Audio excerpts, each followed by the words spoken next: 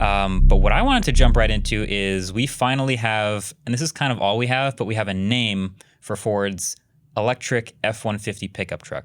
So it's called the Ford F-150 Lightning. And yeah, that's kind of all we know. We don't really know much about the details, but I kind of have some thoughts about this. I'm curious what you think, but there's like two categories of names for electric cars. There is piggybacking on the established, already well-known name, and then some variation of it. Mustang, Mach-E, Taycan Turbo. We know what Porsche's turbo line is, so Taycan is turbo, okay. Right? Or we have like the totally new name because it's a cool new thing and we have to.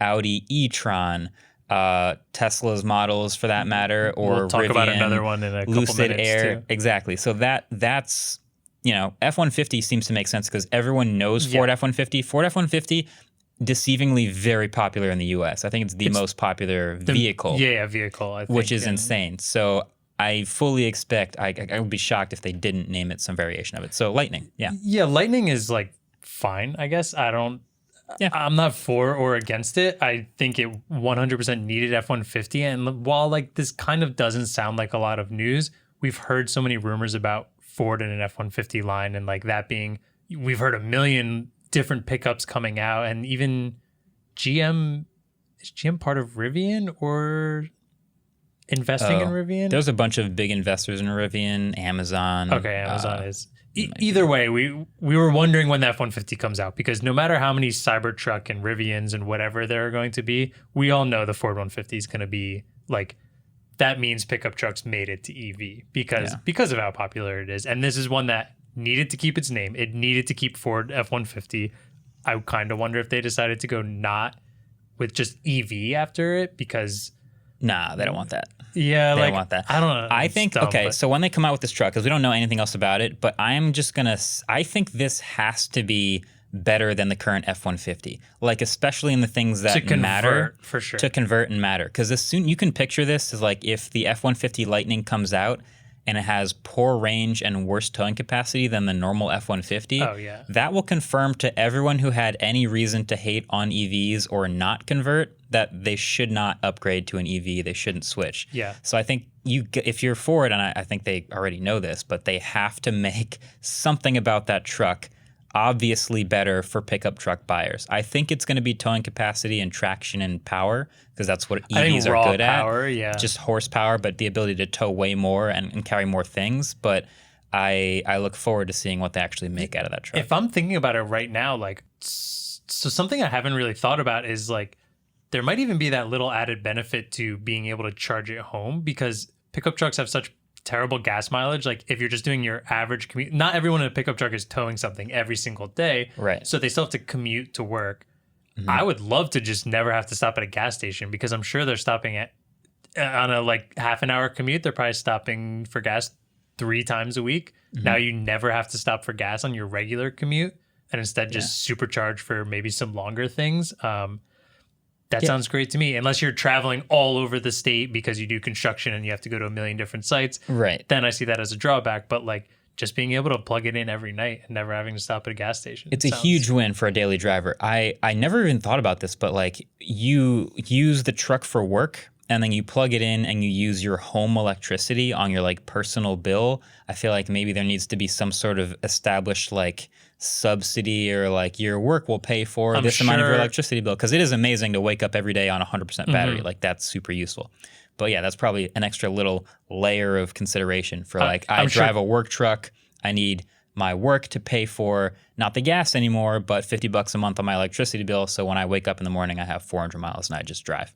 So hopefully if you're at a good company, that'll be a pretty easy decision to make between you. But I really do think like out of all the EVs that have been announced in the last 3 years, maybe, I kind of think this is one of the most important, if not most hyped, if that makes sense.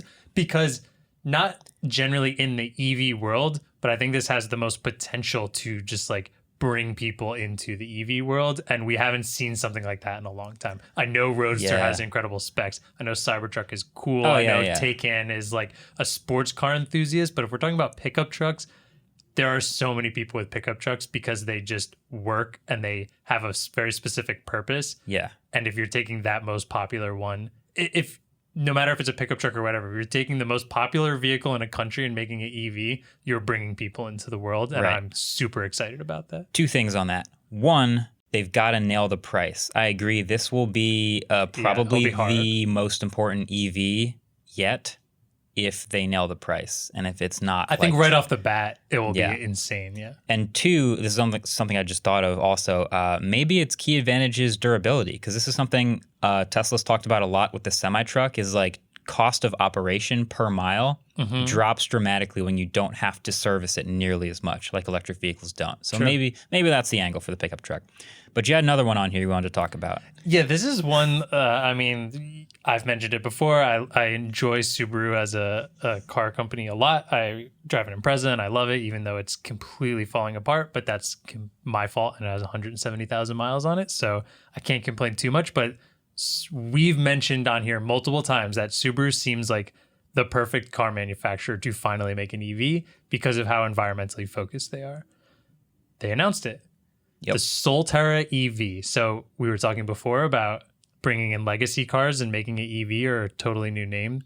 Solterra. Totally new name. I believe, and I don't have the article in front of me, it is a mixture between the Latin words sol for sun and terra for land. Yes.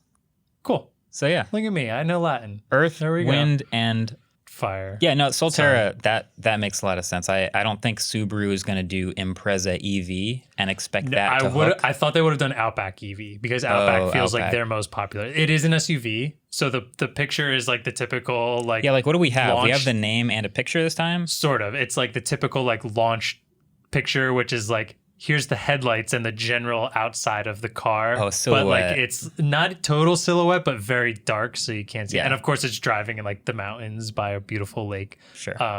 So it's going to be an SUV. I think it looks a little closer to a Forester, which if you're not familiar, Outback versus Forester aren't that much different. Forester's a little more SUV-like, has a taller hatchback and is a little taller and shorter, while the Outback stemmed from a station wagon and now is built up a bit. So it's longer. I think drives more like to me, sitting in it, I feel like I'm sitting high up like an SUV, but long, like my legs are out. Yeah, like an old station wagon. But either way, it looks like this is closer to a Forester, at least in size. Mm-hmm. The thing is, here's what's going to happen: is it's going to come out, and everyone's going to go, "How does it compare to Tesla Model Y?" Because it's just the one that is the same size that is the most popular that Tesla makes. Yeah, and I don't think that's the same customer. This is like it's another one of those things where Taycan had to get compared to Model S, but like that's a different customer. Mm-hmm. And so Subaru buyers who are looking for eco-friendly, plug in literally in the garage every day, but also go for a long road trip. They're going to care about charging network. Bingo. They're going to care about like price friendly, and that's hopefully both going to be nailed by this. So yeah, I'm kind of interested in it because Subaru's main like strong points are generally reliability, which hopefully they can continue to do that. Yeah. All-wheel drive, which I kind of think is where they're not going to be able to like set apart quite as well, because in cheaper cars, all of their cars have all-wheel drive, and that's usually more expensive. So that's where they really set themselves apart in combustion engine cars. Yeah. But here, almost every EV has four-wheel drive. At this point, it wasn't always that way. Not always, yeah. It used to be like there was the Tesla Model S P85, and then they made the P85D, which was the dual motor because they had a bunch of rear-wheel drive, just single motor between the back wheels. Now, I don't think Tesla makes any single motor cars. I think the Cybertruck might have a single motor version. Okay. But that might not even be true. I think all of their cars are all-wheel drive, and most EVs now are putting two motors in the car. I'm going to be interested seeing more EVs come out with that to see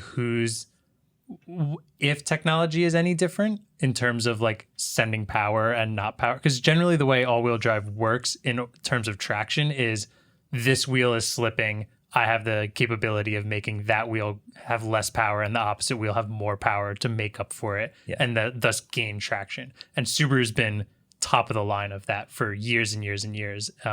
So I wonder if they're going to lose a step here or lose a step up on the competition. I'm not totally sure. I think I would theorize that this is no longer a unique Subaru advantage. Exactly. Because That's what I worry in about. EVs where traction is computer controlled, literally every EV with dual motor all-wheel drive has better traction than literally every combustion engine car. Well, they're without still EV. using computers to differentiate. They are, but the all-wheel drive electric and motor power. instant torque and instant delivery of differences in torque is always going to be more responsive than what a computer can do controlling a gas engine. So the all-wheel drive traction of a Model 3 is world-class because it's a computer-controlled electric motor. And that's just going to be the way it is for all of them. Quick question about that. Is instant torque beneficial in traction?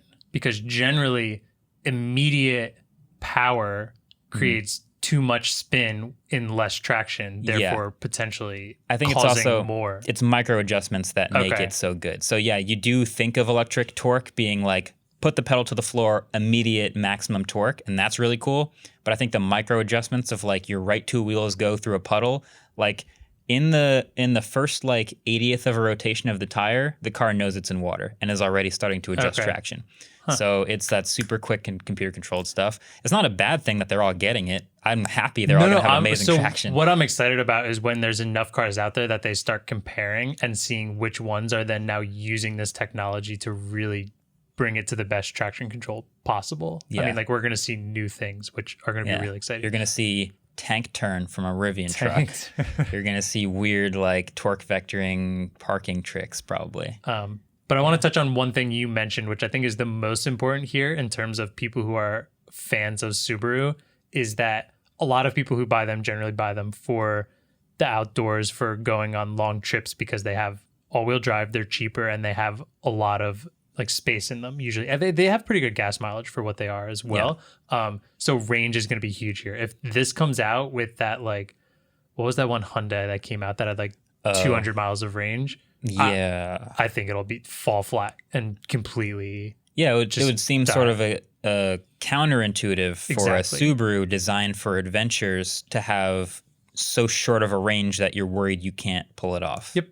That's my main worry about it here. That's a combination of range and charging network. We'll see what the charging network infrastructure plug-in. I don't think they've announced that yet. Is it going to be just like Electrify America? Is it going to be a bunch of different third-party networks? Yeah. Don't know yet. Tesla superchargers, it's still an option, but we don't know yet. So I'll be interested because they're such a smaller company. They've got to be one of the smaller, already established car companies now jumping into the EV market. As far as I know, because generally, like a lot of these companies are all branded under one, where Subaru, as far as I know, is independent. Okay. Which, I'm surprised they're jumping in. I'm really happy they are. I think range will be huge if they could come out and say they have like a range similar to Tesla. Like this is where you compare Tesla to. So what would you want to see if you were going to switch from your Impreza? What is it? Yeah. What would you want to see on paper, at least, for range if we gave you, let's say, Electrify America? Honestly, the only thing I would care about is just like top range on it, top battery range on it. Because 400 miles? 400 miles would be fantastic. 380, 320. 320 is where I'd start getting worried. 290. Yeah, I probably wouldn't think about it. Okay, yeah. So here's the thing. Wow, we've talked about this for a long time, but I do want to say I was very hyped for this, but there are a lot of people on Twitter that were also hyped for it. I think they have a pretty loyal audience. Are they the OnePlus? Ben Schoon was like talking to me on Twitter for a while, and we were talking about what we were excited about. I was like, all right, cool. There's other people like in the tech business that are really pumped about this. But yeah, 400 miles would be incredible. Here, the thing though is like, if you want to say it needs range for adventuring, assume those adventures are outside of even Tesla's charging network. Right. Like, because if I'm living on like the west side of New Jersey, where between me and the studio right now, there's one Tesla supercharger. Whereas if you go south or north, there's like 4 or 5 superchargers. Yeah. So if I continue to go west into Pennsylvania, which is, if I'm not on a busy highway, I'm probably not going to hit a supercharger around there. Yeah. So like charging network is important, but I think top range is most important. Okay. Because I think it'll nail everything else. It'll have space, traction. Yeah, I think the design will be solid. They're always pretty good at designing like what you need and for ruggedness. They're not. They're the exact opposite of that EQS that we saw. Exactly. They have the bare minimum stuff inside. Fair. Cool.